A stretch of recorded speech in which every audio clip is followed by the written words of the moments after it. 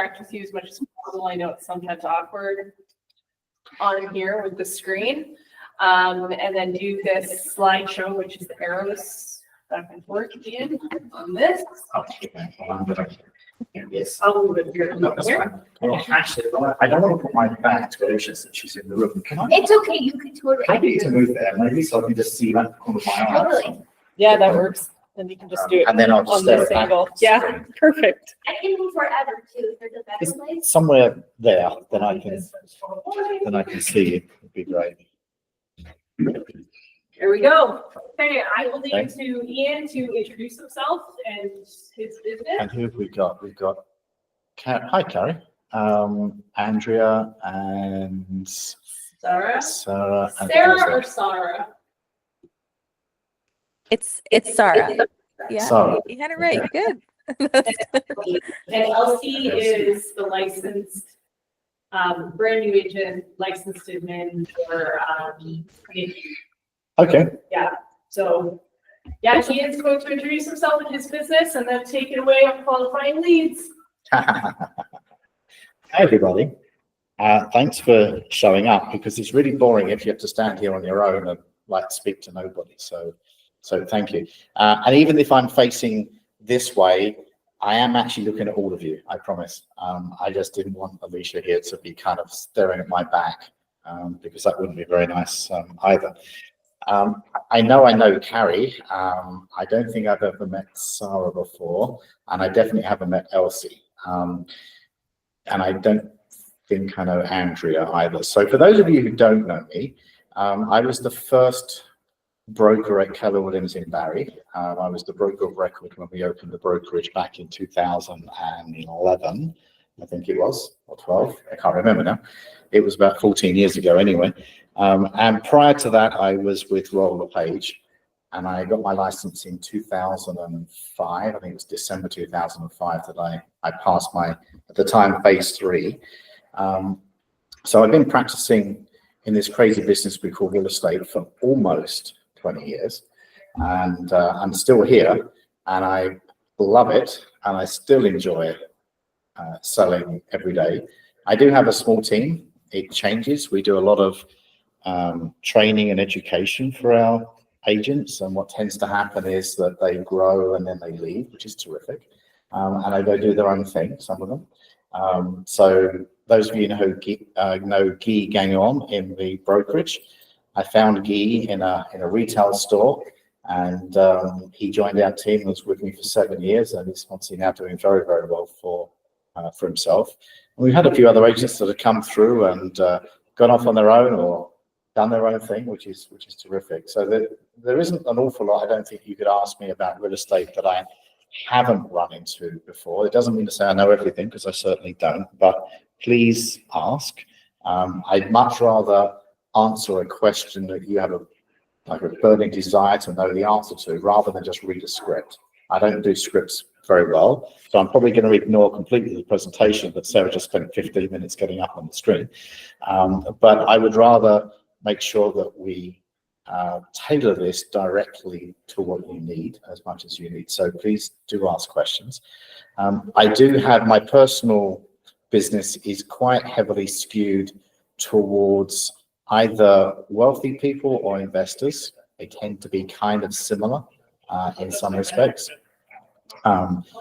So I also have a lot of experience with the Residential Tenancies Act, and we do own a property management company as well. So anything to do with tenants, dealing with offers on tenants, listing agreements with tenants, dealing with evictions. I was in court this morning evicting another tenant. Pretty much anything to do with that side, you can ask me a question, and I probably will have a fairly good shot at giving you a decent answer. So that's who I am. Our team currently is 6 agents, including myself and my wife, Caroline. Caroline was actually my assistant when we first started, whilst the kids sort of grew. Shut that door. And then when the kids grew up and left, as they invariably do, Caroline became a licensed agent, and we got super busy, so we doubled the business, and I lost my assistant, which didn't really work very well. So if any of you are thinking of growing a business and hiring assistants, I've got plenty of experience also on what not to hire as much as what to hire. And I can tell you that we screwed it up royally twice before we found Natasha, who stayed with us for 10 years. Natasha is now the Mayor of Barry's right-hand assistant. So obviously we trained her quite well. She's doing fine. And we now have a virtual assistant, Febby, who is in the Philippines. So that's enough about me anyway, but seriously, ask any questions you would like. I'm more than happy to try and answer them. If I haven't got the answer, I'm sorry. But can't answer that one. So you're enjoying night. I don't know if maybe you can tell me, the people that are here this evening, have you been through the other courses? Are there other people that are kind of dropping in, dropping out, or is it kind of the 5 of you that have consistently been here all the way through? Have you done the other ones, or is this just dropping in and dropping out? I've done all of them. Okay, fantastic. How are you finding them? They're good. I'm just new since, like, I just got licensed in October, so all information's good information, but I'm finding these inspiring. Good, fantastic. How about you, Sarah? Yeah, I just got licensed in at the end of January, maybe middle of January, and I've been to a couple, yeah, so it's been really good. I like them a lot. Okay, terrific. How about you, Alicia? I came into Allison's last or 2 weeks ago, but just because other ones didn't work time-wise. Okay. But I like going. All right, fantastic. Elsie, I don't know if you can hear us. We can't see you, but if you are there, if you want to say hi. Yeah, I've been doing all of them. I'm really enjoying them. Good. Okay, so my objective is that you walk away with something this evening that you either didn't know or that you find super helpful. And actually, when we were sitting here just before, Alicia's, well, there was nobody else here. And I said to Alicia, look, if it's just you, ask me whatever you want to ask me and I'll answer whatever I can. And Alicia said, tell me all your industry secrets. And my response was this: there are no secrets. And the one secret is everything works as long as you do. And it's really surprising, or maybe not surprising, that I could literally stand in front of a room and tell 1,000 real estate agents everything that I do. And I am not the most successful real estate agent on the planet by a long way. But I could seriously stand in front of the stage and give you everything I do, lay it out step by step, and 80% of the room wouldn't do that. Now, I don't know why, but they wouldn't. The other 20%, some would do some of it, and maybe a few would really internalize what I had said and run with it. And there are many reasons for that. Sometimes people just don't gel, right? Maybe you don't like what I do and therefore don't do that. And that's actually one of the bases that we train our own team on, is that at the beginning of each year when we do business planning, or rather at the end of the year for the next year that we do business planning, we sit down with the team and we say, well, how are you enjoying door knocking? How are you enjoying cold calling? What about referrals, circle of influence, all that stuff of how to find clients? Which bits are you enjoying? Which bits are you not enjoying? And the reason we do this is because although you have this smorgasbord of things that you can pick from, you're only going to do well the things you enjoy doing. So if somebody says to you, you need to go and knock 500 doors a week or whatever it is to be successful, I would call foul on that, because I've never knocked a door in my life. I actually never really made a cold call. Now I say that, I mean, I do make calls out, but they're never truly cold. I've always got a bit of an agenda for why I'm calling, and I absolutely 100% have never called the phone book because I just don't enjoy that. I'm a huge networker, and that's how I get a lot of my business, is through referrals. But I don't do the things I don't enjoy, and therefore it's not a job. I mean, you don't become a real estate agent to get a job. You become a real estate agent, hopefully, to help other people get wealthy and help other people move into the home that they want. There was a radio station actually in Barry that asked me a few years ago when we were going to do some advertising, you know, why is it? What do we see in real estate that we think makes us different. Like, how do you sell somebody? And I'm like, well, the reality is I'm not actually, I'm a salesman, don't get me wrong, but I'm not actually selling ice to the Eskimos. I'm helping people move to the next stage of their life. That's what I do. And I approach every appointment like that. So I'm really focused on what the client needs, not the commission. The commission will come. We don't even count commission in our team, believe it or not. It's nice, but we don't count the commission. We count the number of ends you do, because we know that if you do enough ends, you'll probably become average. I mean, if you did all the ends in the market, by definition, you would be average. But if you do enough ends, you become average. You don't have to worry about the commission because it's the average. So just multiply the number of ends by the average sales price and the average commission in the market. That's what you're going to make. Forget counting the money, focus on the ends, and that way your mindset will shift towards how many people have I helped move to the next stage of their life. Some of those events won't be happy ones, but that's how we tend to sort of think about our business. So this agenda this evening, does anybody have any questions on that? Because I will talk the highlights of a donkey. I'm one of those guys. So I think that was better than most of the time. okay, all right. Well, we're just getting going, believe me. I will try to stay a little bit on script, but I promise you I will not be reading the script. So this session is supposed to be about qualifying potential buyers and sellers, win the buyer, win the seller. And I've already given you some hints and tips as to the way that we approach some of those situations.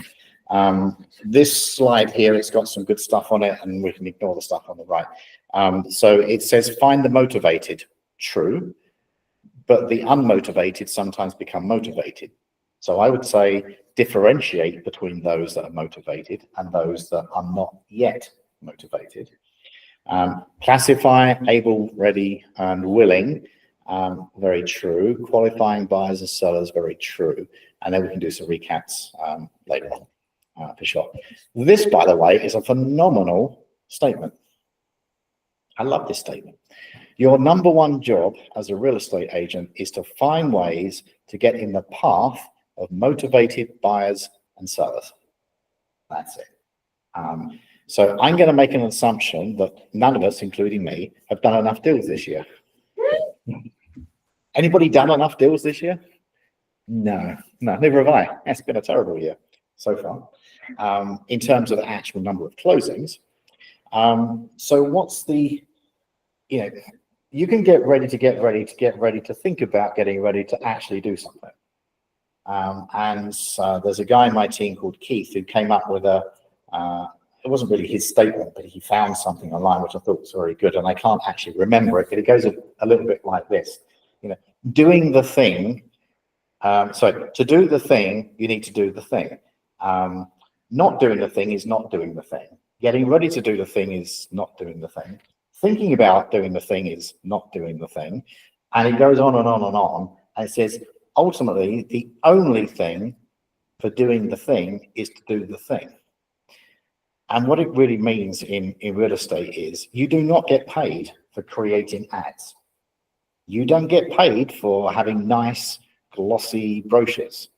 You don't get paid for having nice websites. In fact, one of the top agents in Barry was a single lady for quite a while, has a small team now, didn't have a website, and she was doing 100 deals a year. You do not need half the technology that people will have you think that you need to be successful. And even that definition defines success. What does that mean? Just because somebody else does 25 deals a year or somebody else does 50, maybe that's their definition of success. Maybe you do 6 and that's your definition of success because that's what you need. So although we're talking about qualifying buyers and sellers here, I would also caution you to make sure that you know what you need for your family to give you what you want out of this business, because it is not about the biggest check. It's about creating a life that suits you, and real estate is the vehicle. Otherwise, you will get very bored or very hacked off with the whole business of real estate, and you won't do it very well. And that isn't going to lead you anywhere. So this statement, your number one job as a real estate agent is to find ways to get in the path of motivated buyers and sellers. And I would suggest that every single person in Canada, pretty much without exception, at some point in their life is going to be motivated to find some shelter. Whether they're buying or selling, upsizing, investing, tenant, landlord, whatever it might be, there is at some point in their life going to be some motivation to do something. What you need to do is be top of mind when they get motivated. So everybody is a target, not just the motivated, but the more motivated, ready, willing, and able people that you find today, the quicker you will do deals. Simple as that. So your job is to sift and sort, but your real job, the only thing you get paid for, is putting pen on paper and signing a contract. Do not lose sight of that. Beginning and end. You can have all the fancy glossy ads in the world. If you don't actually write a contract, it's irrelevant. So there was, I forget the exact example, but I was talking to somebody the other day and they were trying to classify their website in a certain way. And I said, how many clients have you got? And they said, we haven't got any. That's why we're classifying our website. My response was, well, get a client, then figure out the website. And you can take that through absolutely everything you do. Get a client, talk to somebody, figure out the rest of it later on. You don't even need to know how to draft an offer. I mean, I know you do, but you don't actually need to know how to draft an offer until you've got somebody to draft an offer for example. So it's really important to focus very, very purposefully on finding people who are willing, able, motivated, and ready. Myth understandings. Yeah, okay. So I've probably dispelled a few of those myths already. I could probably look them up, but if I made a statement and I said that in February, the number of transactions across the Toronto Real Estate Board was down 27% on average across the board. Most of you can look that stat up. It's a true stat. Bearing in mind that that was this February, and last February wasn't exactly humdinging either. So if you think that we are having a 27% drop in the number of transactions, and last year wasn't great, you know, from 2 to 3 years ago, the number of transactions, we're down a phenomenal number. But the fact is, there are 20,000 plus listings on the Toronto Real Estate Board right now. And a number of those will sell this month. So the fact that a lot doesn't or didn't sell doesn't mean that none sold. So your job is to get in front of some of those that did. No excuses. You can have excuses or results. You can't have both. Heard that one before? Yeah, you have. I know. I can tell. That's a bold law. If anybody's going to take bold, which is business objectives and a life by design. So you can have results or excuses, but you can't have both. Seriously, be very, very non-entrepreneurial and very, very purposeful in what you're doing. Myth understandings, there's lots. My buyers are not ready. My buyers can't afford it. I would challenge that. The buyer walked into my open house, but they said they're not buying anything. Buyers are liars and sellers never tell the truth. So, you know, they're all going to lie to you. And they're all going to kind of like basically do their own thing. But take it from me, if somebody walks into an open house, they're there for a reason. They could actually be interviewing agents and not telling you as well. But anyway, let's get through some of these. I like this slide as well. Might spend a bit of time on this. Who was very new? Sarah, you said you were very new, like October, I think. Yeah. Okay. Have you done January? Yeah. January this year? Yeah. Oh, right. So like 8 weeks new. Yeah. I feel so sorry for you. I'm sorry. I'm joking. Have you done a deal yet? No, I just did my first showing the other day. It was a disaster. Right. That's awesome. Good for you. Well done. When you say it was a disaster, why was it a disaster? Just the lock boxes. It was the central lock. boxes, Yeah. and naturally I got there and it didn't connect to my app. And then when I called in to get the one-time code, they said the whole site was down. So I Oh, was no. like, of course, that's how it goes. Yeah. It's okay. I expected it.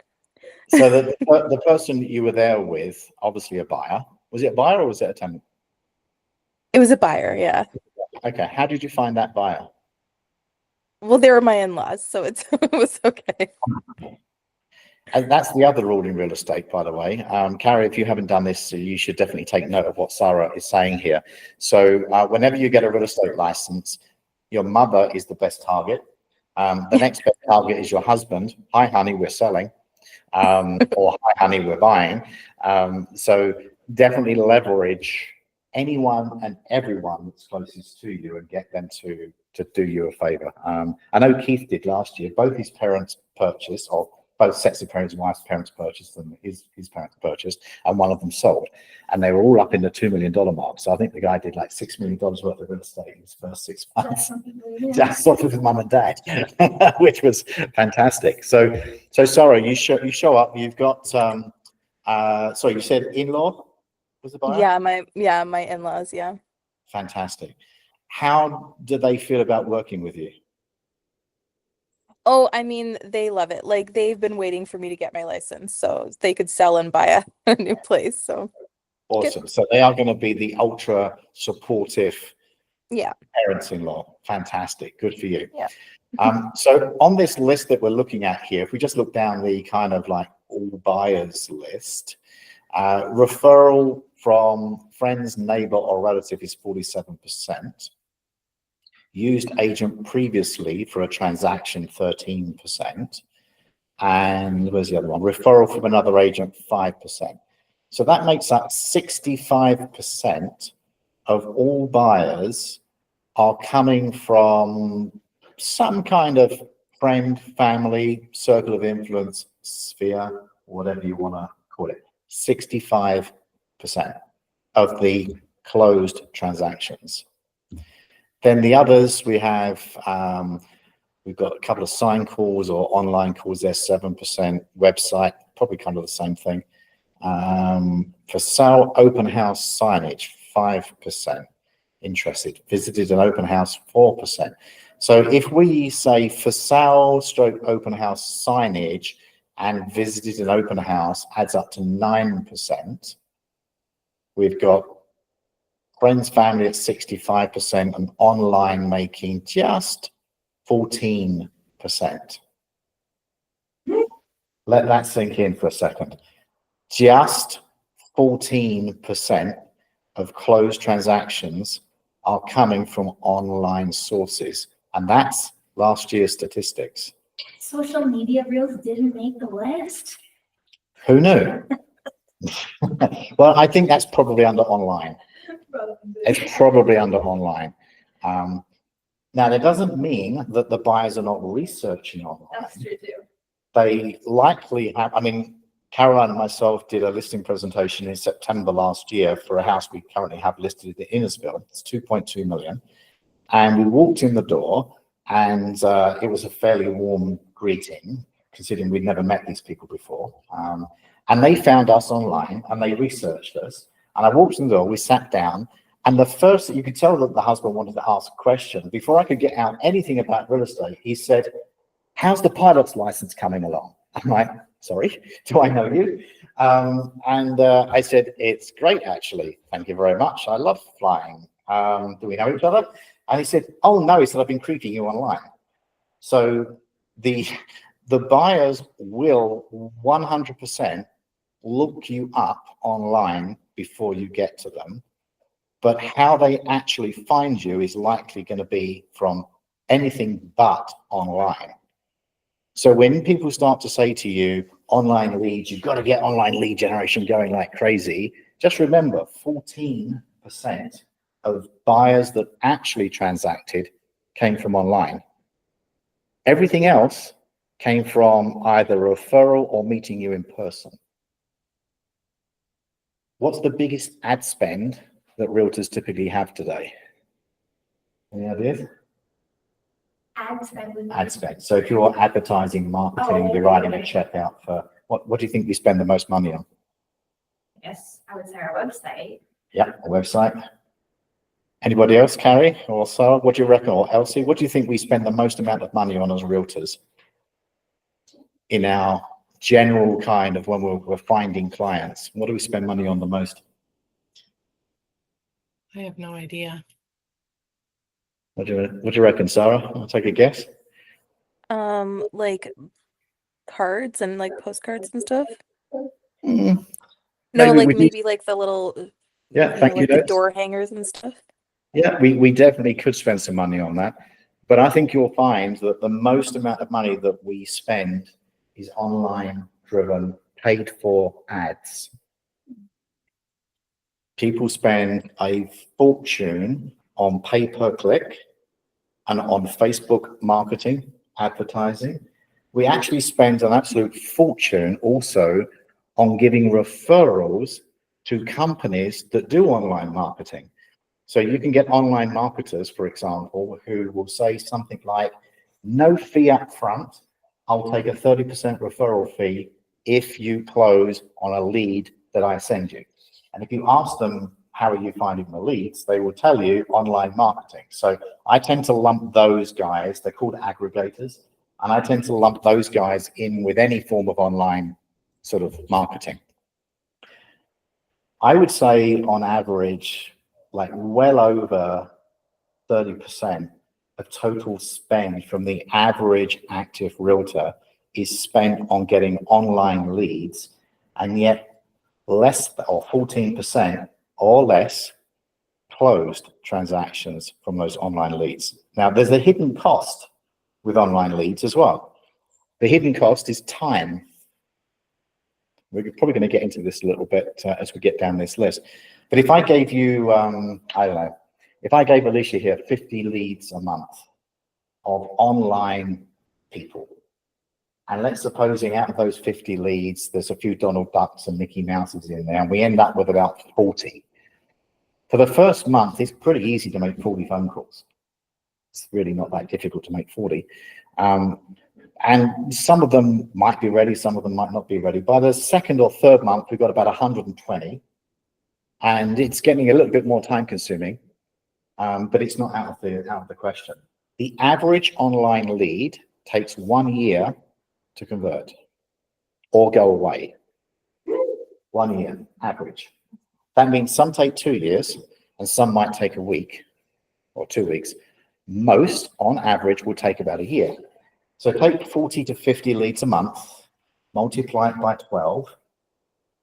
You have 600-ish leads of people you don't know sitting in a database that you now have to follow up with on a weekly or monthly basis.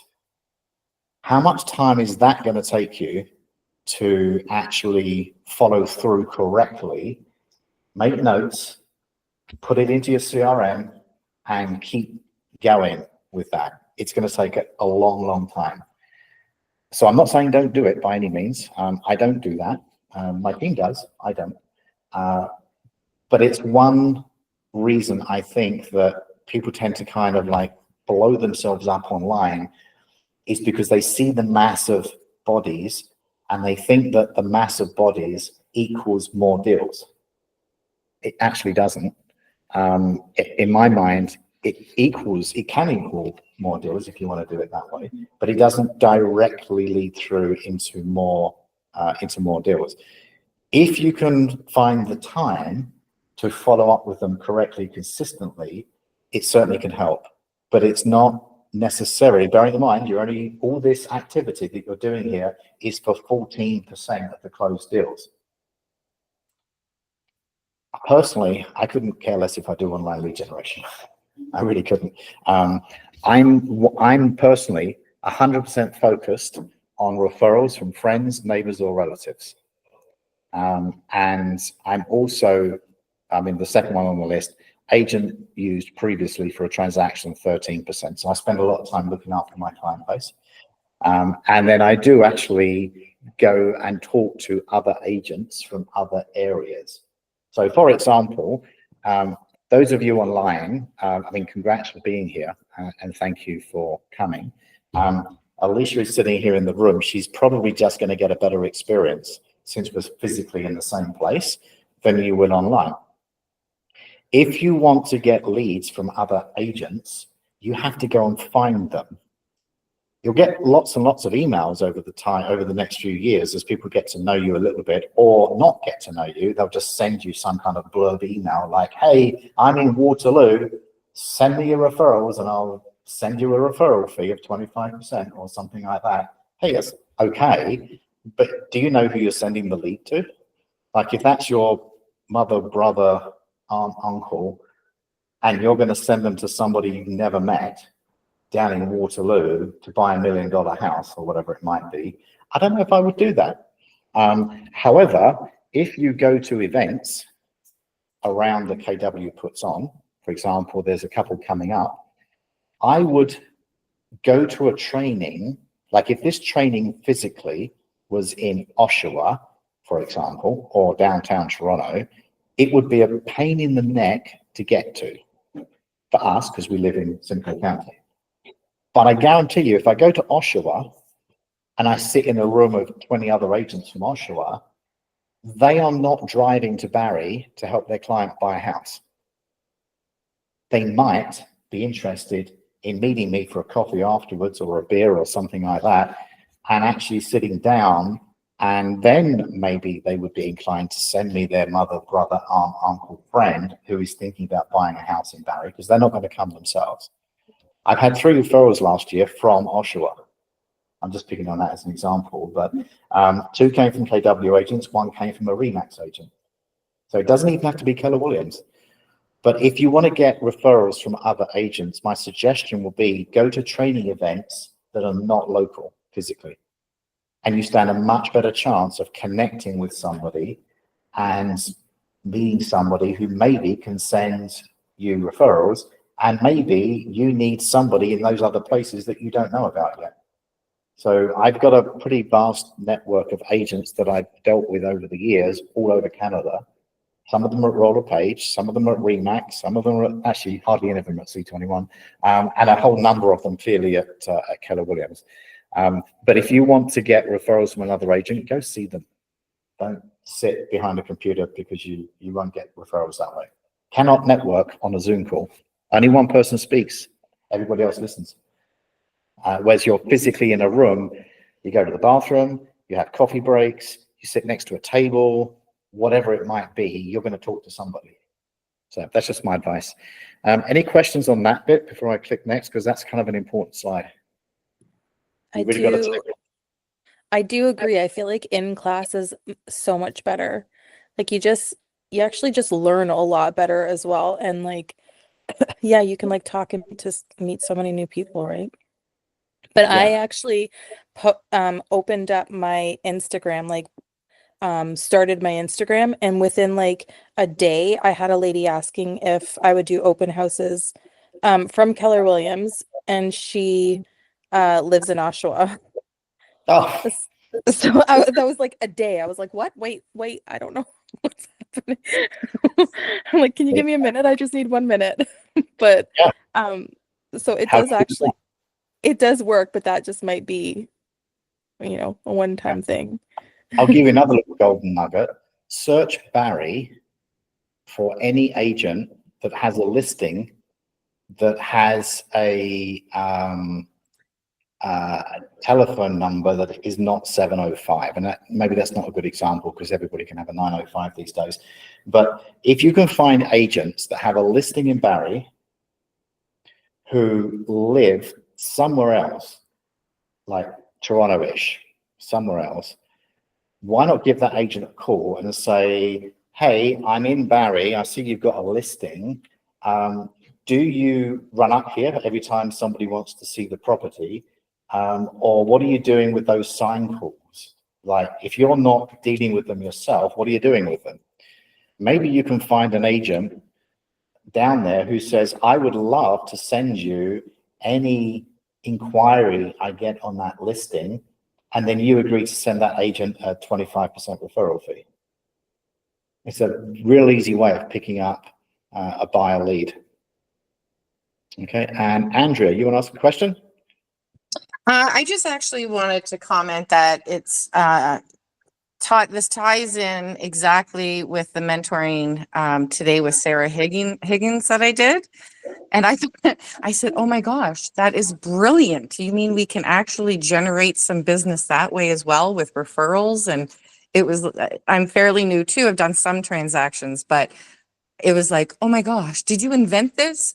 So what you're saying, what you're saying is great because it ties right in. And I was actually thinking of looking at some of the for sale signs or looking at listings where that agent is, where their office is, and reaching out to do that, what you said, you know, hey, if you need some help, maybe we can help each other, you know, however I'm going to learn to phrase it, to start generating some maybe referrals that way and it's a great idea. Agent base. I mean, most of you are fairly newish in the industry. So the other thing of doing it is maybe to find somebody that's kind of newish in another office, because you'll identify with the same questions. There's a mortgage broker in town called Steph Quenneville at Mortgage Sense, who I work with quite closely. Steph got his mortgage license in 2007, and I was licensed in 2005 in real estate. And back then I couldn't find a mortgage broker that kind of got me. It was, I don't know, I went through about 4 or 5 and they just didn't really gel. And then I found Steph. He was newish, I was newish, and we grew together. And I can't tell you how many deals we've done with each other over the years, but I send him a lot of referrals, he sends me a lot of referrals. And so it works also not just with real estate agents, but also mortgage agents, insurance agents, perhaps a bit less with insurance agents, but it would work fairly well with most of the general kind of agent-driven, commission-based business. So don't just limit it to real estate as well. Okay, great stuff. Thanks for the feedback, Andrea. Awesome. Let's get to him. We have sellers. The same thing for sellers as well. It's not more difficult to find listings than it is buyers. With a listing, there tends to be a bit of a requirement to have more of a history of a track record, that the seller's trusting you with the sale of their house. And I don't know why that feels like that should be different from a buyer. It really isn't. But if you look at the stats here again, referral from friend, neighbor, relative, 39%. Used agent previously for a transaction, 30%. So that's 69% either referral or previously used the same agent. Referral from another agent, there's 4%. So we're at, what did I say, 68, 72%. It's even higher on the seller side than it is on the buyer side. 72% of people referral used an agent before. Those of you that knew, obviously you can't get that 29%, but maybe there's ways of really getting into the sphere and the circle of influence. And then you'll notice that the website is lower. Personal contact by agent, I don't know what they mean by that, but it sounds like some kind of, maybe you go to a gym, or I know Keith is from our team is pretty into jiu-jitsu. And he has a fight night at his house. It's not a fight night at all. It's a bunch of guys getting together to drink beer and watch a video on fighting. But through that, he's developed a network. And what a great idea. So whatever hobbies and things you or your spouses may have, utilize them and have the guys over, literally. So maybe that's what they mean by that. But here you can see open house, visited an open house, 2%. Remember what I said earlier, that sometimes people go and tour open houses to interview agents because they really want you to sell a house for them. 2%. It's not big, but it's better than 0. And then for sale open house signage, another 2%. So 4% of sellers found their agent because of some kind of an open house. I can actually attest to this as well. My wife a few years ago was just picking up an open house sign and a car stopped right next to her. And this somewhat elderly gentleman stepped out and said, "You must be a real estate agent." And there was Caroline holding like 2 open house signs and, you know, got a card in her teeth kind of thing going, "Yeah." He said, "I need to buy a house. Can you help me?" He said, "I don't know the area." And Caroline's like, "I guess I can. I don't seem to be busy right now." And we sold that guy a $900,000 house. Oh, wow. Literally because she was picking up her open house signs. It proves that you're active if your name is out there on the side of the road. And if you're going to do an open house, do it. Don't just put a few signs out. Like you see open houses where people put out 2 or 3 signs. They pick the main road and then 1 on the side road and 1 on the house. You know, if you're going to do it, do it. Like put out 10 signs. You know, I mean, like, it doesn't take that much more time to pick up 10 signs than it does to pick up 2 or 3. So if you're going to do an open house sign, advertise it, maybe flyer the area ahead of time. We have something called a 10-10-10 plan for open houses, which means and we didn't invent this, by the way, we just copied it, which means that the first time we do an open house on a new listing, we arrive about an hour and 15 minutes, hour and 20 minutes before the open house. So if the open house is set for 2 o'clock, we show up somewhere around about 12:30. And we knock 10 doors either side of the house that we're doing the open house on, and we knock 10 doors opposite. We're not trying to sell the neighborhood necessarily. What we are trying to do is get the nosy neighbors to come in. So what we do is we tell them, look, the open house is at 2 o'clock. If you would like to have a look, would you like to come through at a VIP opening half an hour before the public gets in at 1:30? And the reason for that, quite frankly, the main reason, get them in, let them chit chat and get them out of there because they're not buying it. So you might as well get rid of them. They're going to be nosy anyway. The last thing you need is a nosy neighbor walking through at 2:45 in the afternoon in the middle of your open house and standing there for 20 minutes whilst you've got other people coming into the open house and walking through. So get them in, get them out. And of course, they're going to take a business card with them when they leave, and you're going to get their number. And who knows, maybe one of them wants a valuation. But really, the primary reason is to get those nosy neighbors in, chat with them, get them out the door. And make them feel special. So that's how we utilize that one. But again, you can see here the vast majority are coming from the referral personal contact, over 70%. Right, I'll speed up here a bit because there are 60 slides to this and we've only done 7 of them. Command, where you see command, does everybody use command? Use command? We don't, except for compliance. What do you use? Follow-up boss. Follow-up boss. Okay, so follow-up boss is What great. do you use? Brevity at the moment. Carrie, do you use command? Or Andrea, Sarah, Elsie, do you use command? Yep. Yeah.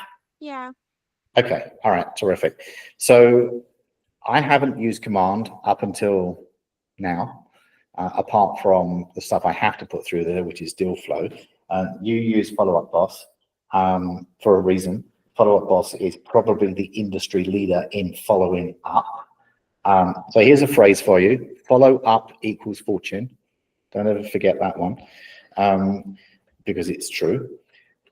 It doesn't really matter what CRM you use, as long as you use it. Totally. Garbage in, garbage out. If you don't put the information in to your CRM, when that person calls or you follow up with that person, if you haven't got notes in there, it is garbage. So I'm actually in the process of moving to command. It's finally got to a point where I feel that it's come of age, if you like. I've been watching it. I tried to use it 6 years ago and I said, there ain't no way I'm using this. It's garbage. At least for me it was. And it's getting to that point. It's got to that point, I think, where it's good enough.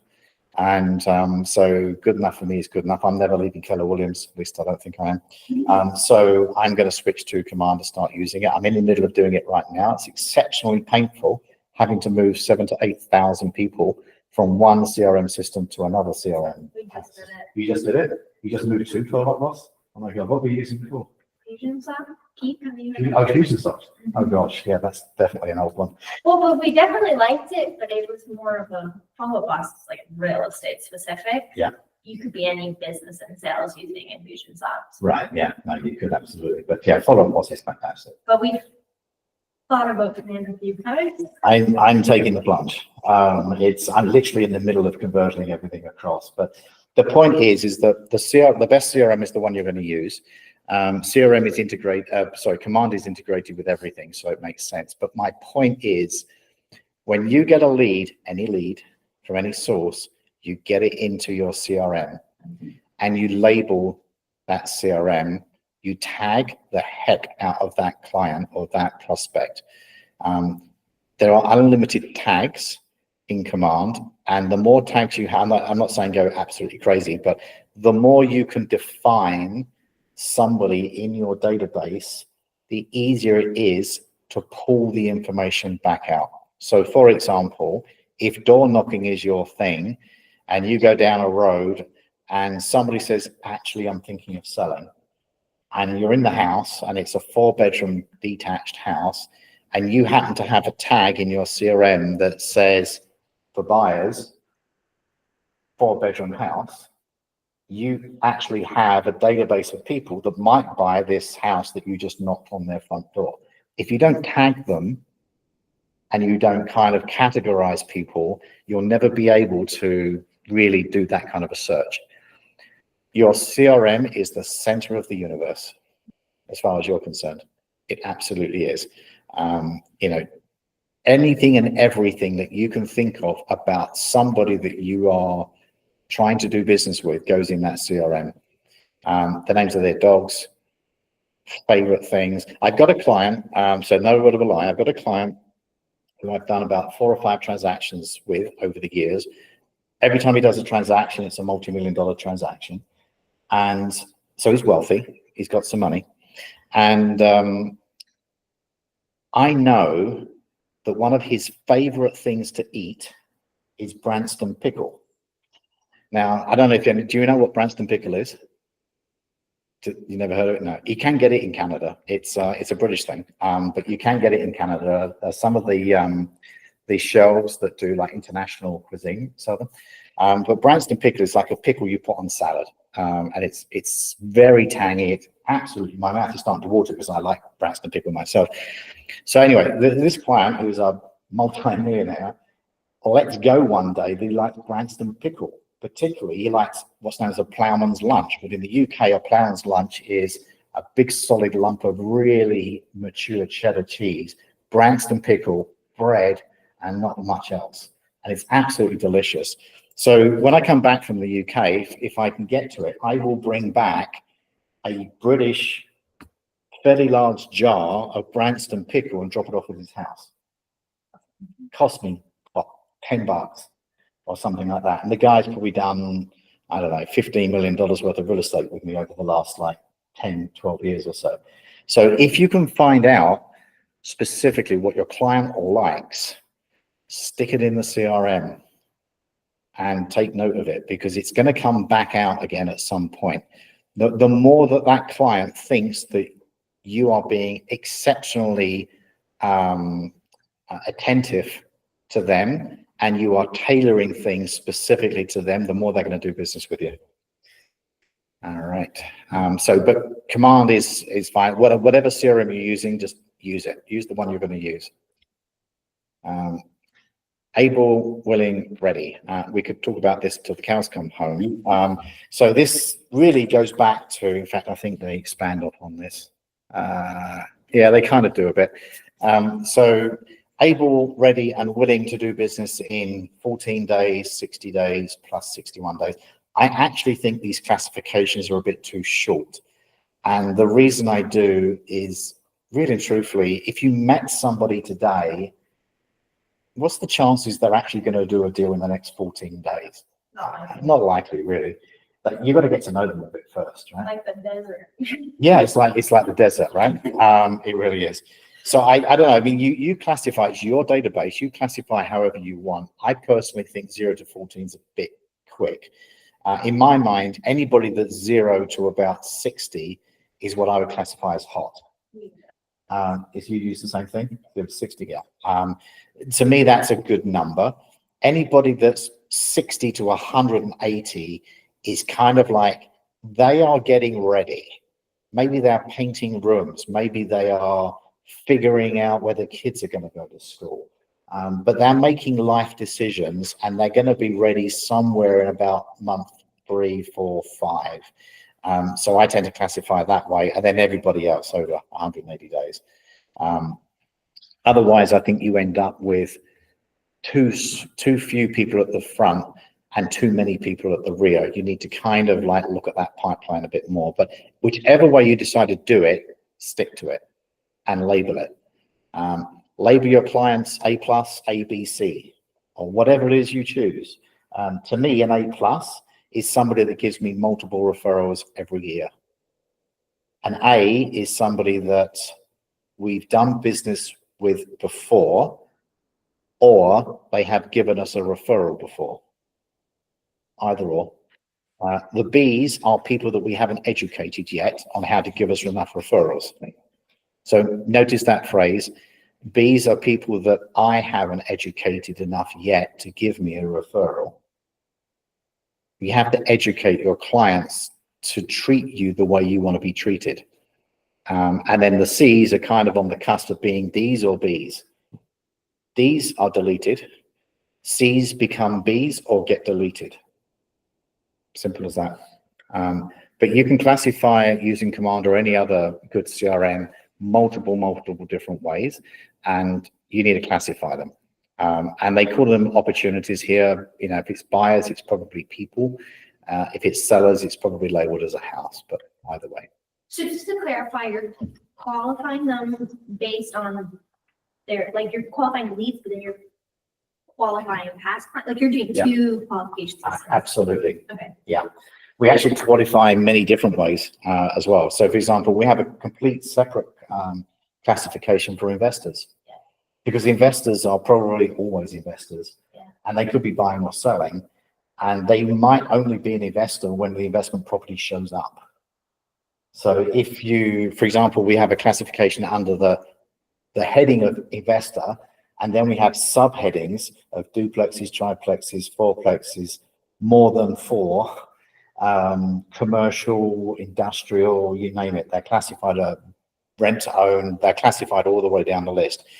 So if I get, like, for example, I'm listing 2 triplexes next week in Barry, I'm already searching my database under the key tags of investor and like probably duplex, triplex, fourplex. I'm going to hit all of those guys first before we even list it, with 2 listings that are coming out in 2 weeks' time.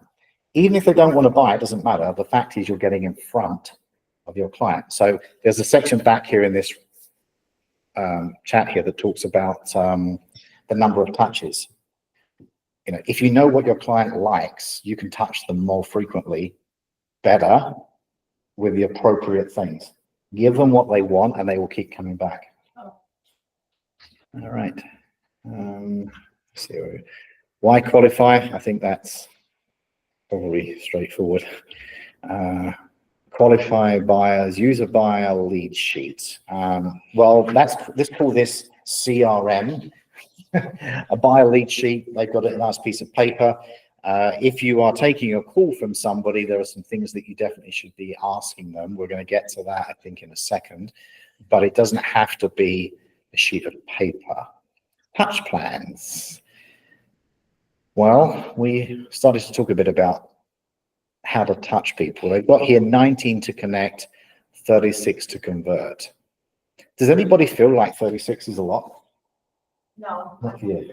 You've been doing it for a bit. Well, it's for a month. We break it down that way. So 1 week or 1 week, couple of weeks. and a lot of them are, I think sometimes we discount what a touch is. Like if you host an event, you can email them, call them, invite them, follow up on the event. Like, yep, you absolutely can. Did you guys hear that?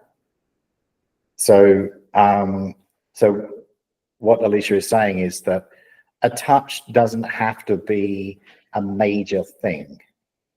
A touch is reaching out and touching the client, high five the client, if you like, with something that could be as simple as, I was down your street the other day and I noticed that number 4 went up for sale. I just thought I'd let you know it's up for sale for 950,000. Perfectly good touch. Events are fantastic, and we have 3 a year, and our 3 that we just rented a movie theatre, and we put 120 clients into a movie theatre in Barry for an evening, which was fun, and we watched the Marvel movie. It works out to be about $30 a head. So that event cost us $3.5 grand, roughly, something like that. But I put 120 clients into a room and they all saw each other, and so many comments we had at the end of that of like, wow, you guys must be doing so well. There were so many people here. Everybody's high-fiving you. You know, I mean, the fact is that 120, there were a couple of kids there. So there was probably only about 40 clients there. But they didn't realize that, and they all had a good time. They all saw each other, and I got in a really high-class high-five touch by taking them all out to the movies for the night in the middle of one of the worst winters we've had. It works great. And of course, what do you do after you've sent them all to them, or you've gone to the movies with them? Well, you got the lead up, so you're sending them a couple of emails. You may have sent them a text message. You got the movie night itself. And then afterwards, you send them a follow-up note, handwritten. These are the secrets, by the way. They aren't secrets, but you send them a handwritten note, not an email, not printed, handwritten. And you say, hey, Bob, it was fantastic to see you and the kids the other night at the Marvel movie. Hope you had a great time. Can't wait to see you again soon. Oh, by the way, if you have a friend or family member that's thinking of buying or selling a home, please feel free to reach out to me. Do you want me to say that again? No, it's good. You got it? I got it. Okay. Right there, you've got 5 or 6 touches, and 2 of them are really good. The actual event itself and the handwritten note. Even if you can't write, it doesn't matter. Thumbprint. It's all good. Just get her out there. We even had some stickers made up, and we plagiarized this, by the way. We didn't make this up either. And the stickers, which we stick the envelope down with, so they're just little round stickers, and they go on the back of the envelope, have the Hocking Home symbol on them, and it says, thank you for your referral. And we stick the envelope down with this. So when they open the envelope, they have to rip the sticker off. And straight away, you're telling them, thank you for the referral. And now thinking, I didn't send them a referral. And now they feel guilty. And inside the note, it says, thanks for coming to the movies. And now they feel really guilty. So now you're kind of getting them into that point of like, I should send Ian a referral. And they should. So touches can be all sorts of bits and pieces, but you should be touching base with your A+, A's and B's on a quarterly basis.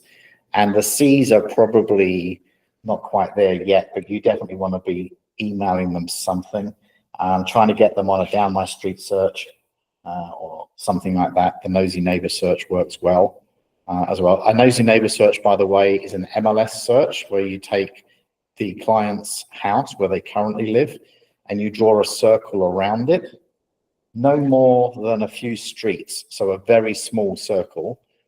And you send them, you create a little template and you send them any listing that comes up in that tiny little circle.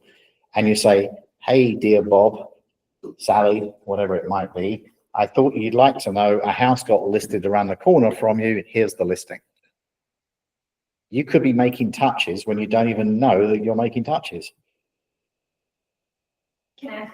Yeah, please do. So your nosy neighbor search, are they set up on these notifications or you're set up on them so you have the opportunity to reach out? I set them up on it. So they're getting the notification They're getting and then you might also. I reach might out need to specifically. reach out as well. Yeah, Yeah, okay. exactly. The point is I haven't got the time to be sitting there manually searching everything. You just don't. So by doing this automatically, you're getting the system to do some of the heavy lifting, which is what Command can do for you as well. Okay.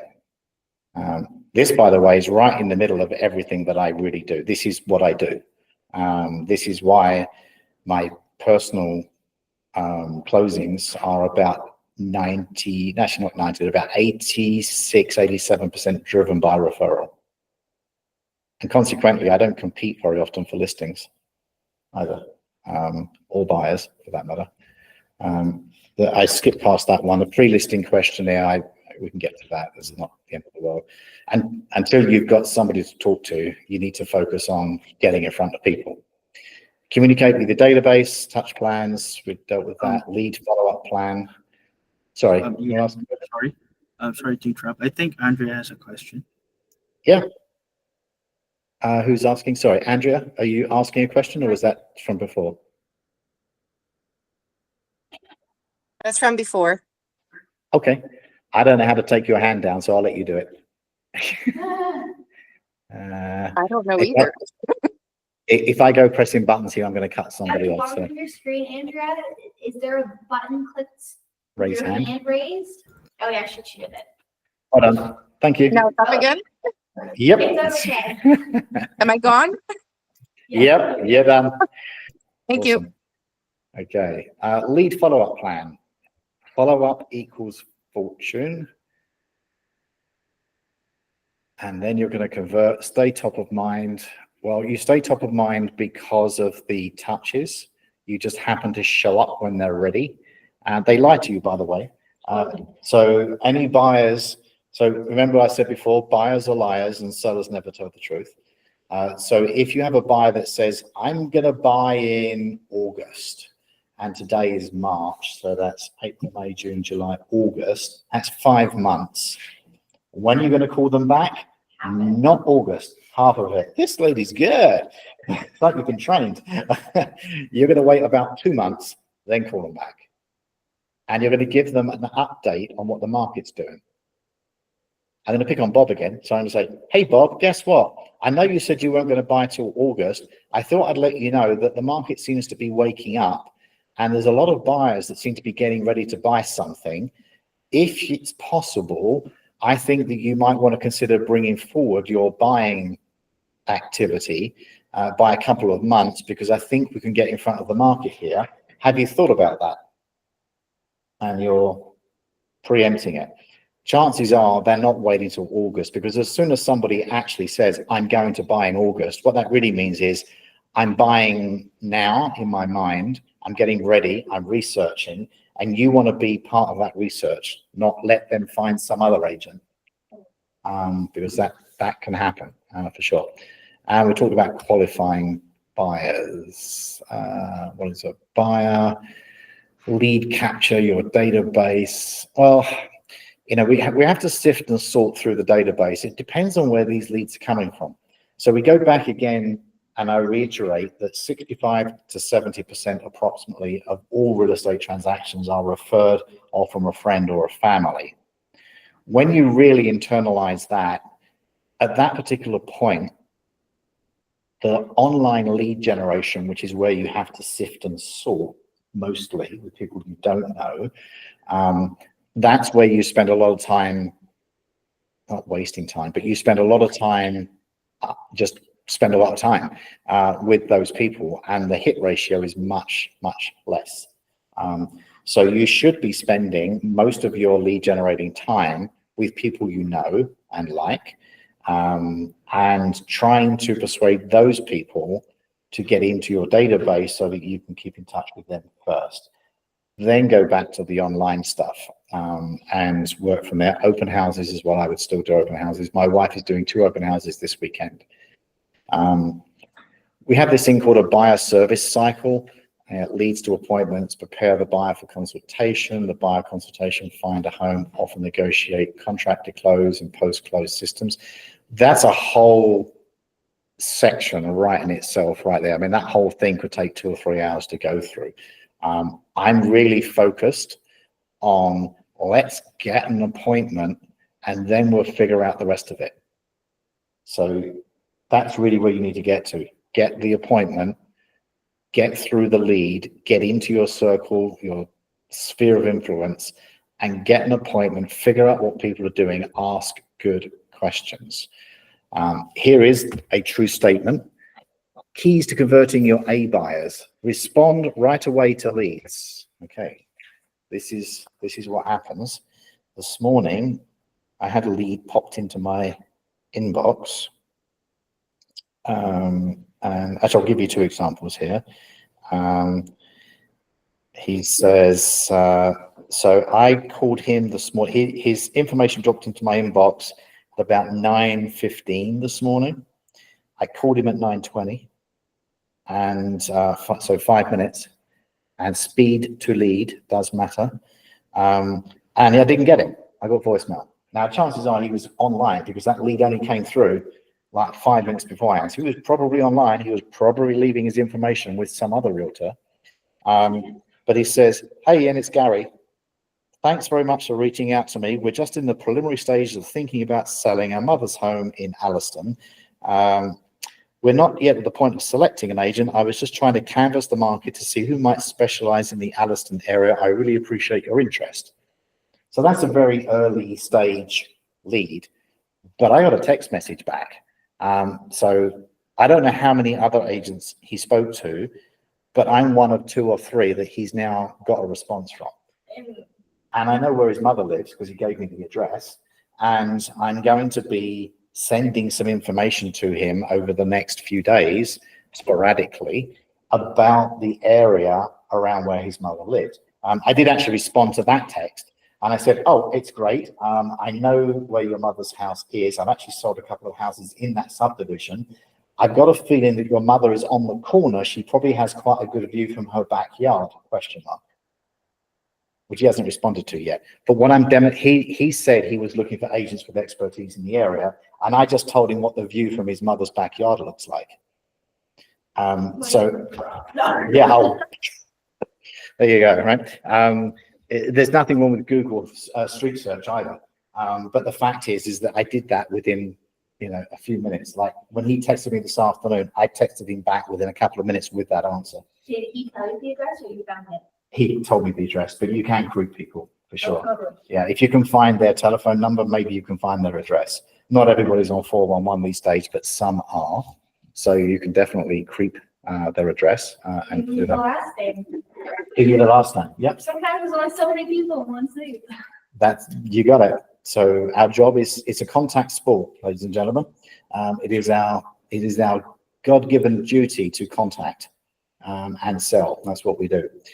I've already mentioned the validity of getting complete contact information into your CRM. So point number 2, respond right away, get valid and complete contact information, save it to command, and create an opportunity. So get it into the database.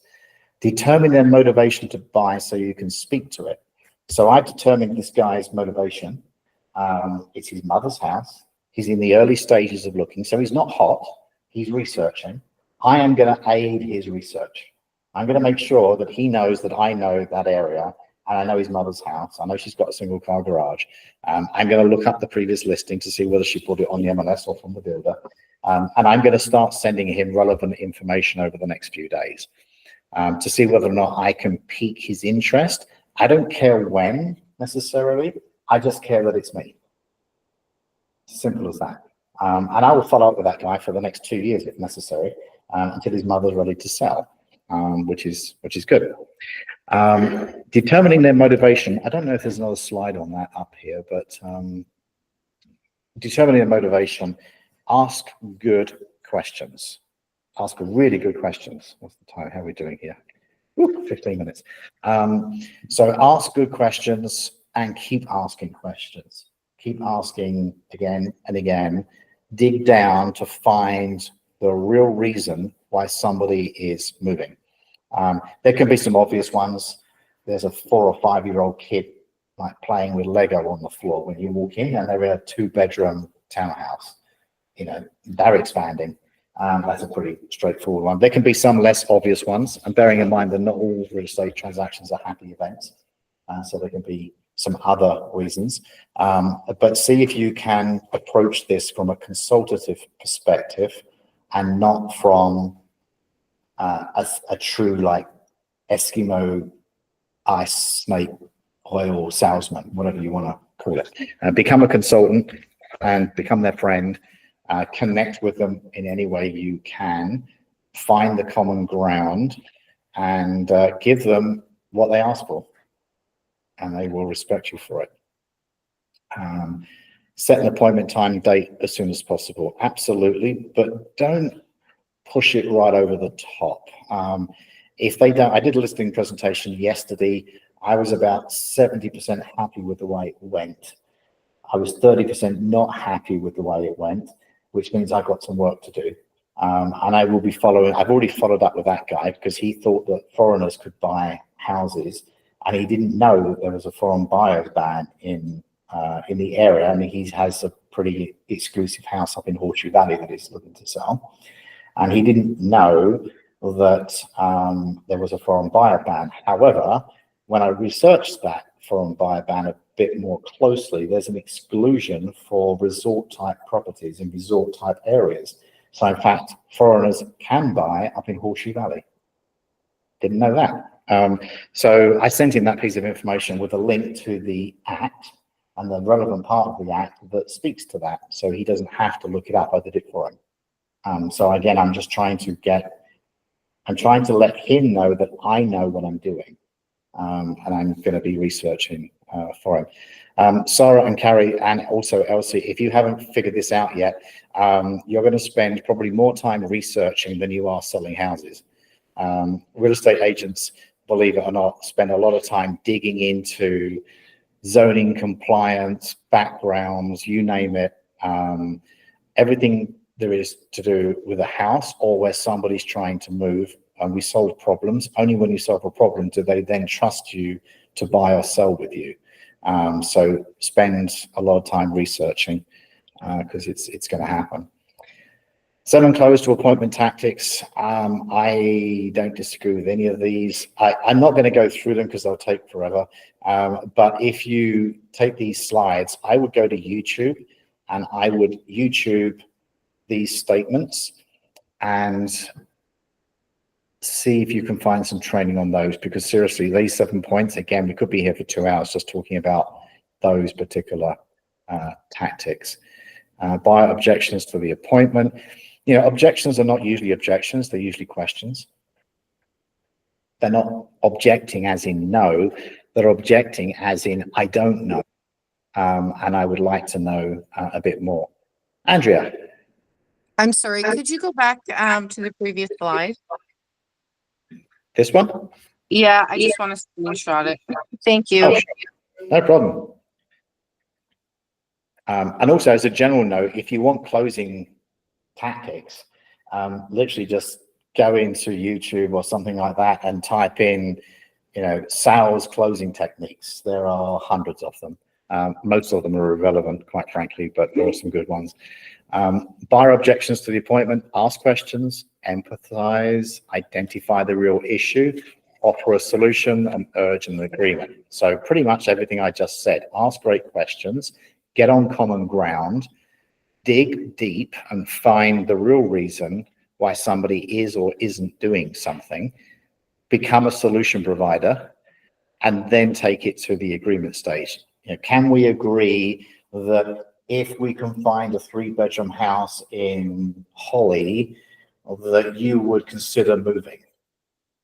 That's also a tie down, by the way, which is the previous slide. It's one of the closing arguments.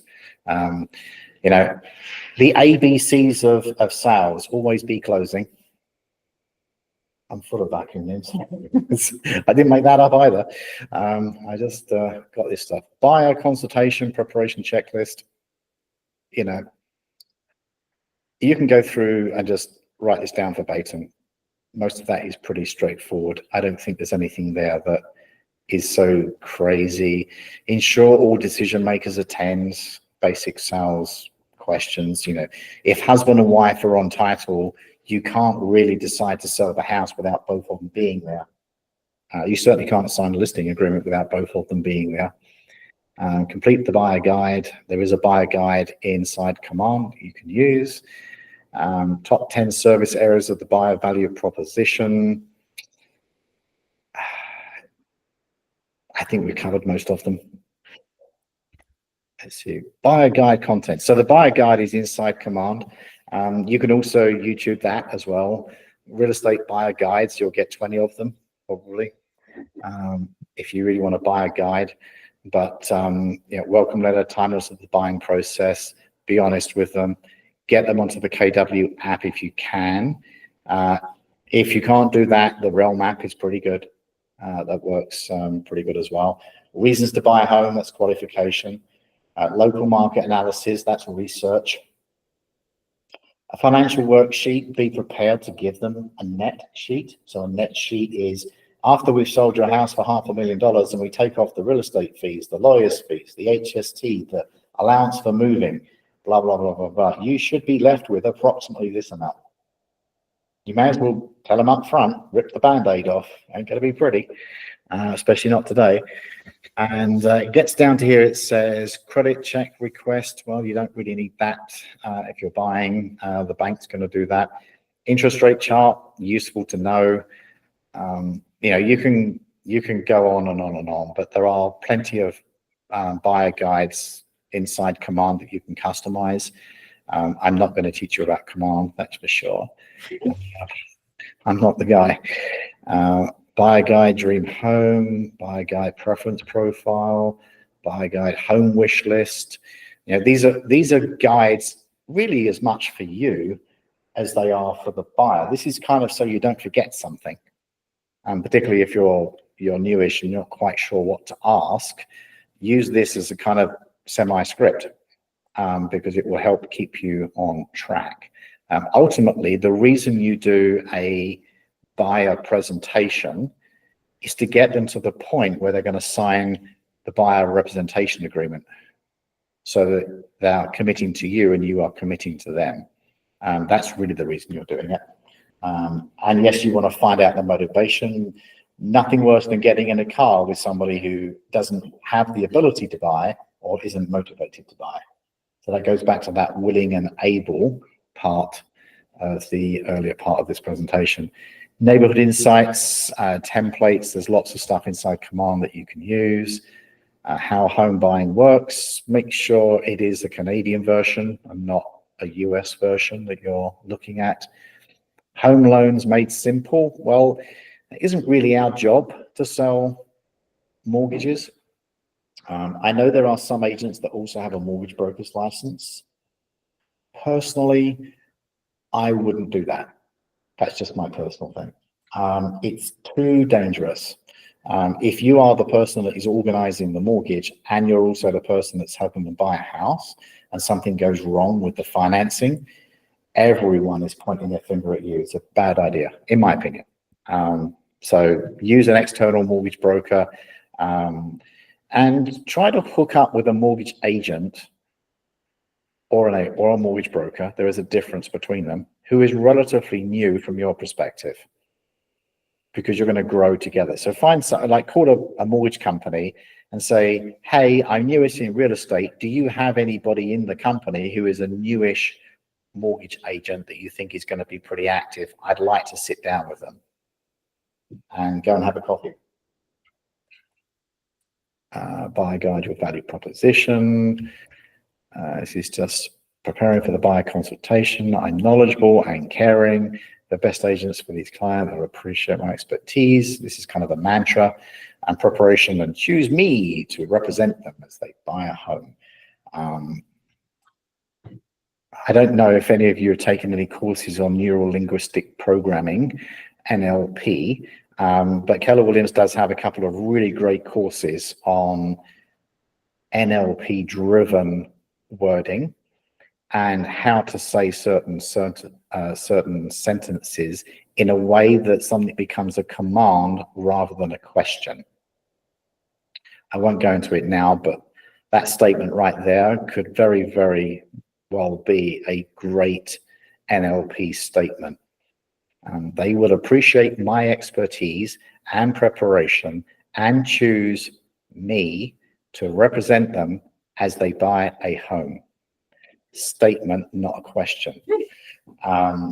However you phrase it, it can be phrased in different ways, but I would suggest taking some courses on NLP and how to do presentations. There's a good book out right now too. Is that? What's it called? That he's speaking at the conference that's coming up. Shoot. It's exactly what to say in real estate, and the book is all about Intonation. the way to say it, Yeah. and not just intonation, but the emotional response that's happening. I'll find the book name. That would be awesome. Thank you. Buyer needs analysis, ask questions. I don't actually understand this slide. It says love letter crossed out, liability letter, exclamation mark.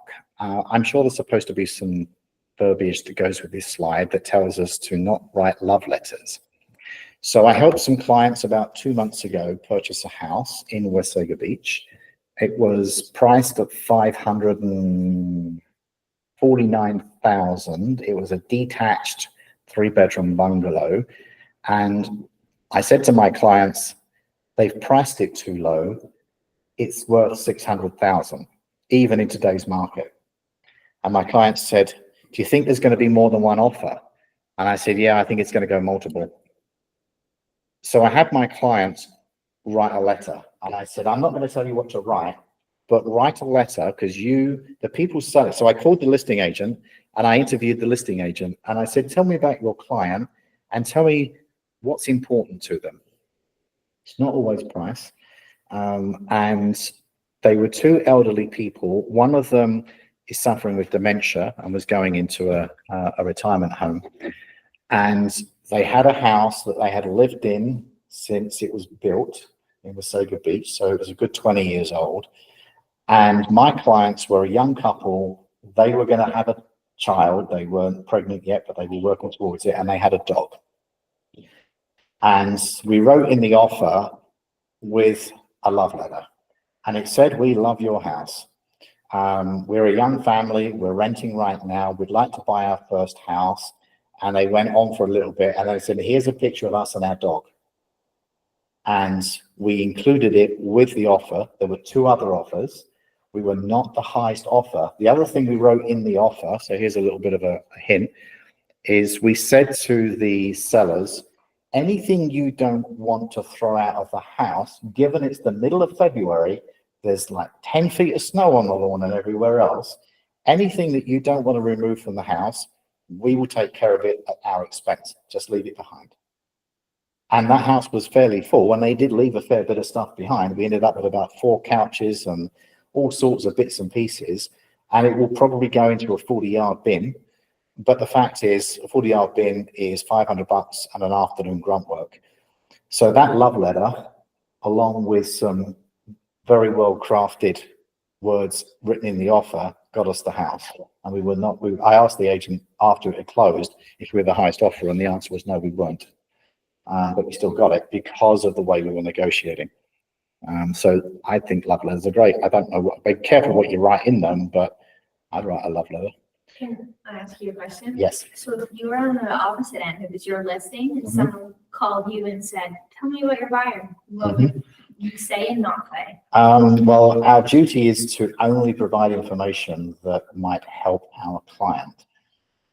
I was persuasive with that listing agent, and I said, look, I want to make sure that I give you what you need.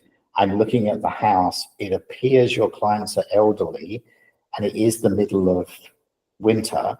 Is this one of those situations? Would it help if I were to put some wording in there that says they can leave stuff behind in the house?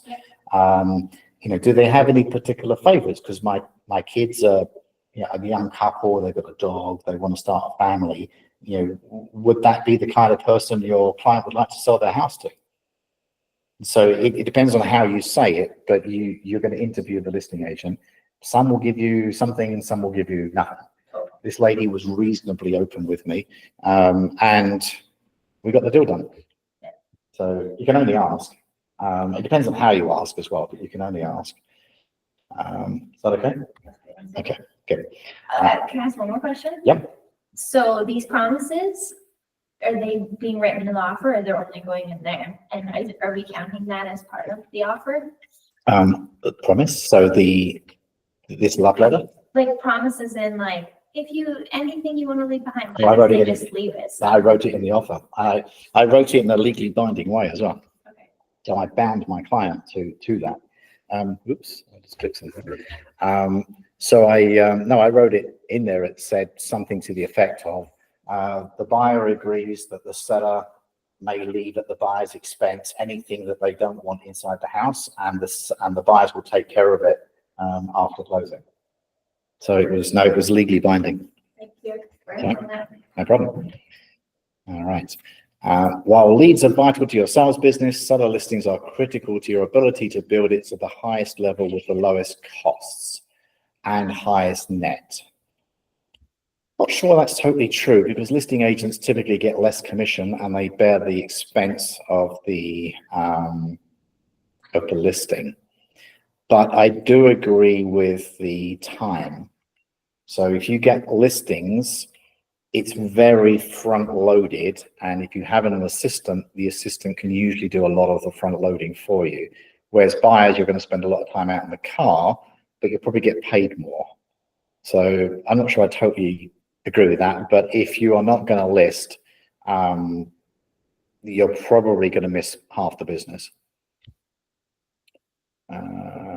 Okay, we've already dealt with that. The 3 L's of the MREA: listings, leverage, and leads, or leads, listings, and leverage, whichever way around you want to say it. So the 3 L's, don't forget the 3 L's: leads, listings, and leverage.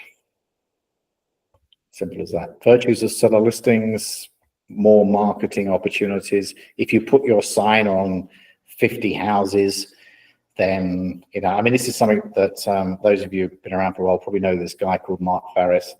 So Mark and I were at Roller Page together. I actually taught Mark how to do a listing presentation. I must have done it rather well.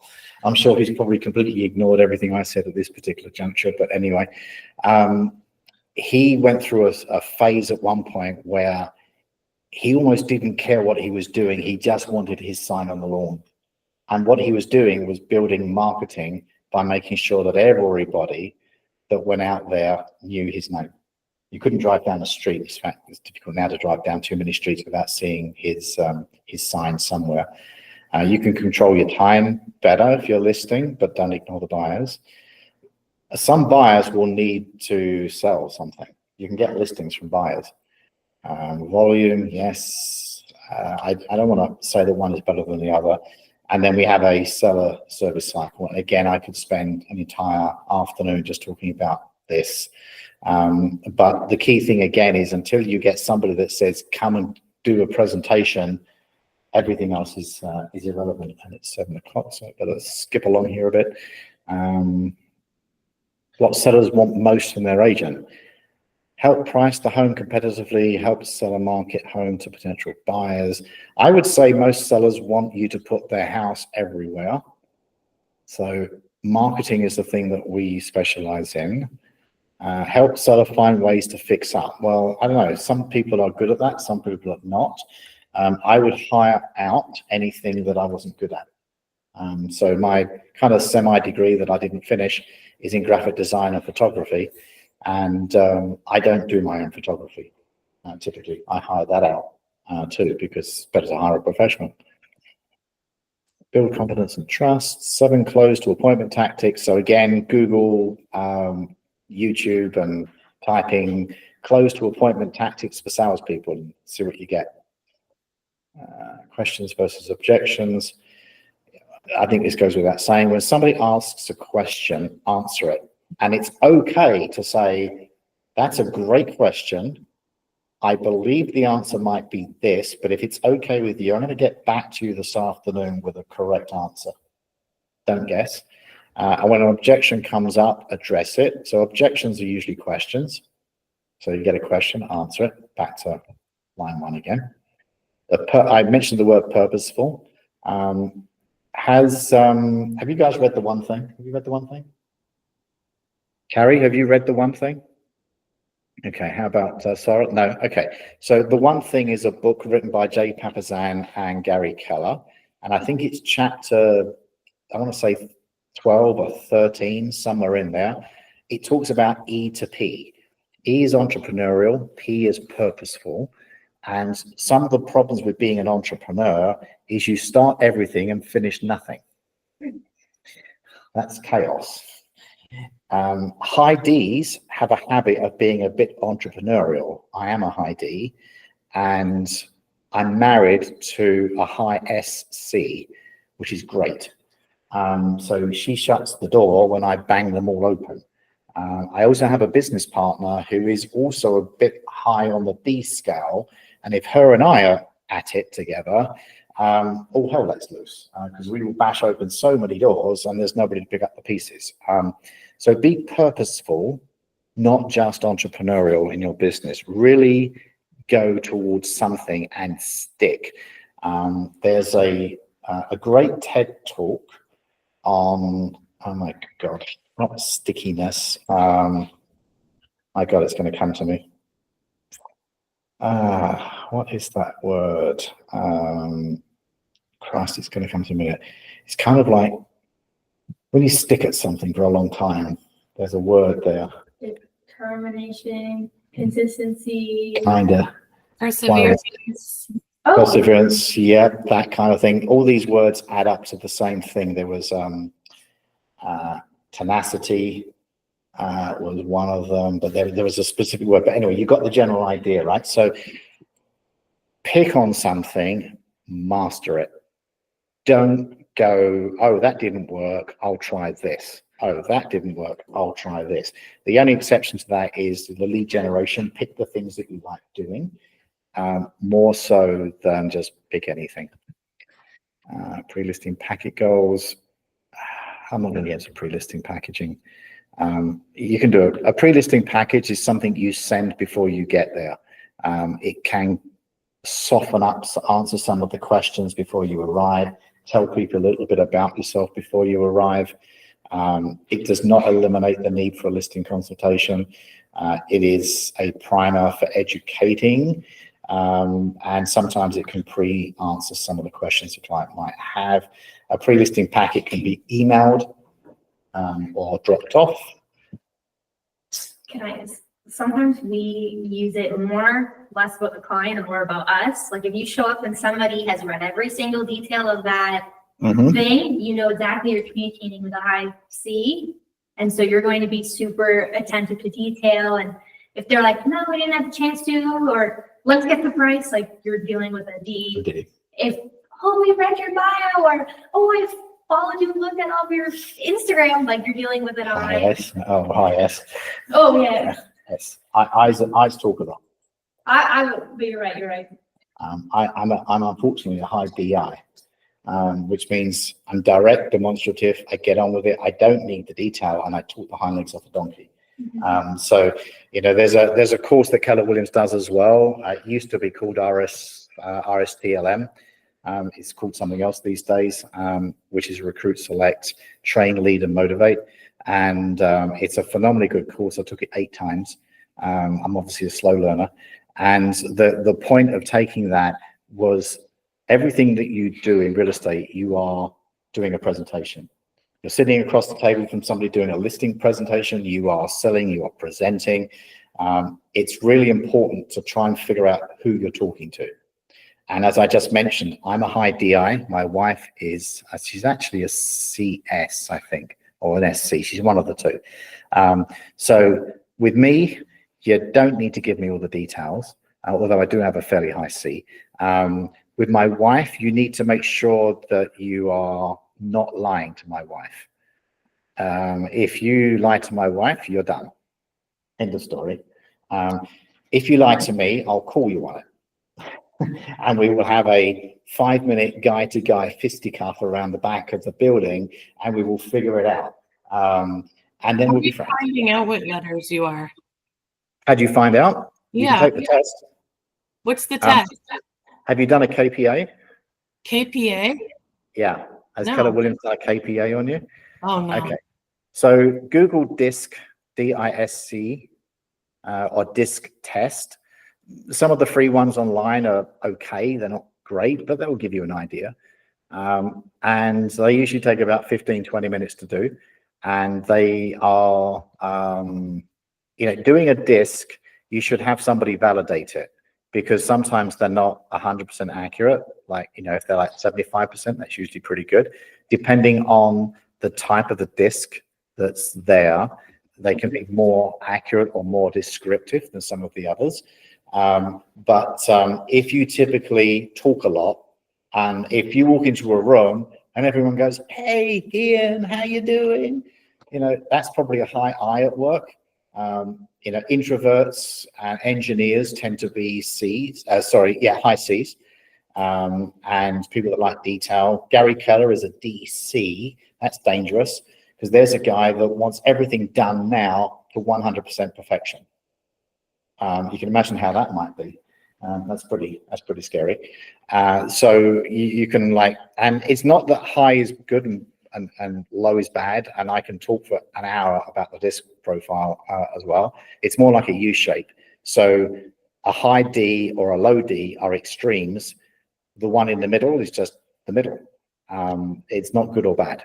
But Google disc, DISC, and research that a bit. There's probably some training on that somewhere on KW Connect. You can as well. do your disc through the Market Center too, Carrie, but I think you have to pay a fee to do it. But we run them for our team all the time. I think you should email Stephanie or Heather from Agent Services, and they send you the link. I think it's Ed Salon is the organization that they run their disc through. Yeah. I could be wrong on that. It's good. It's pretty in depth, like really in depth. It's not one of those 15-minute online ones. Yeah, they can take a while. Sometimes it's good to have your significant other do one as well. You might find that interesting. I suggest if you decide to swap them though, when you get yours back, and if he or she gets hers back, and you decide to swap and read each other's, open a bottle of wine first. It helps. But it's also helpful, I think, in understanding the way people think. And the same with the KPA. Like I did the KPA for my partner, and I had them, I validated it. And listening to the way people explain and kind of justify why, I would look at that and be like, "That's stupid. Why are you doing it that way?" And they're like, "This is what I'm thinking when I think that," and it gives you a lot more appreciation for why people are the way they are and what the angle is. Anyway, sorry, I'm not teaching it. No, it's great. So one of the things that we did in our office, we actually should do it again because we haven't done it for a while, is we got everybody's disc profile, and it is just literally DISC, so it's quite small, and we stuck it over the top of everybody's computer. So when you walk up to somebody, you're reminded about what kind of a personality they are, and it helps you talk to them the right way. So that can be useful. Anyway, back to the task at hand here. Goal: get a signed listing agreement. Get pen on paper. Get a signed contract. Until you get a signed contract, the rest of it doesn't matter. Why is this page essential? Your needs, opportunities. We're back into listing walkthrough. I could do hours just on listing appointments and how to run them. To achievement. I think we're pretty much at the end here.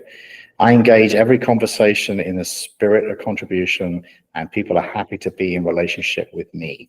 So these are mantras, and celebrate success. I think we're at the end. There is a reasonably good. There we go. We're at the end. There is a reasonably good help section on Command and Connect. I have lots of backup stuff from this. I mean, I know we're kind of teaching here 3 sessions in an hour and a half. Ignite used to be half a day for each session. So we're actually going through here in an hour and a half what used to be a day and a half of teaching. So it's a bit sort of like speed dating, really. It's kind of like next. Each one of these subjects, you could really do a lot of in-depth things in. But I realize it's 7:10 and I'm 10 minutes past the time that they're allotting for this. So, I mean, I'll just leave it there. Do you have any questions? Is there anything I can help with? And have you got at least one thing that you find useful? So much. I feel like that was so much good information. Good. Thank you. Yeah, it was great. One thing Thanks, Laura. in your buyer guide that you thought was not in their buyer guide. I'm not really sure because I don't know if I know their buyer guide What's her? 100%. I can tell you that my buyer presentation, Yep. I prefer to have my buyer presentation in person, in my office, in front of a computer. Okay. I don't want to do a buyer presentation, if I can help it, in their living room. And I don't want to do it out on the road. And I don't want to do it in Tim Hortons. Totally. So wherever I possibly can, I mean, I will do it in their living room if I have to, but I prefer to do it in my office in front of a computer. And the reason for that is A, it's inconvenient for them. So I'm testing to see if they are serious. I'm probing, like, okay, these guys gonna get in their car, drive across town, come and meet me in my office on my terms. And I've had clients who have said, can we do it by Zoom? And I say, no, I'm sorry, I kind of need you to be in my office. But we live in Mississauga. I'm like, yeah, I know. And stop. And they're like, don't worry, we can make it. I say, terrific. Would you like Tuesday, Wednesday, or Thursday? Yeah, alternate close. And would you prefer morning, afternoon, or evening? You know, give them 2 or 3 choices. And they show up. And if they show up, we're signing a buy letter. If they don't show up, or they just want to go look at houses, I'm not going to service them, but I'm going to be giving them perhaps one outing, because I want to make sure I want to work with them rather than like it's my test, it's my buyer outing. They're just along for the ride. If I'm going to spend 3 or 4 hours in the car with somebody, I'm going to make sure that they are ready, willing, and able. And I also want to make sure I like them. So I might give them, you know, if I've spoken to them 2 or 3 times, I might give them one outing to find out if I'm okay working with them. I might be the wrong personality. And if I don't like them, then I'll give them to somebody else in the team. I'm not sure that was in there or not in there, but that's how I do that. What's on the computer? What's on the computer? Is it slides or is it are you showing them something? Nope, I'm looking at houses. We are going to set up, once we get past this, I'm explaining what a buyer rep is. I'm explaining the RICO guide, which used to be working with a realtor, now it takes a bit longer. And I'm like, okay, we've got through all that stuff. Let's get the paperwork out of the way, and then let's find you a house. So they want to get to finding the house bit, so they sign the paperwork. So then we get to, okay, let's bring it up on the big screen. Let's find you a house. This is exciting. Let's go. And you ramp up the level of enthusiasm, and now you create their search live on the internet in front of them, and it saves time. Totally. You just do the whole thing in one go. And they know how. Yep, they know how you do it. They watch them do it. It's like, oh, we've only got one house. Ooh, maybe we should back off on some of the criteria. Maybe we'll get more that way. Totally. And then you just kind of figure it out. Thank you. You're welcome. Anybody online? Elsie, you've been quiet over there. I'm still watching. Anybody got any other questions? Okay, awesome. In that case, thank you very much. I'm just driving right now. I am listening and taking everything in, and you've been great. So thank you. You're very welcome, Elsie. If you have any questions afterwards, like anybody here, just feel free to reach out to me. You're part of the Keller Williams family. We help each other. So please don't feel shy. Ask. All right. Thanks very much, everybody. It's great to meet you all. Those I haven't met before. Thank you so Have much. a wonderful evening. And no doubt I will see you at the top. Thanks so Thank much you. for tonight. Have a good you. night. Thank you. Bye. Bye-bye. Have a good night, all. Bye.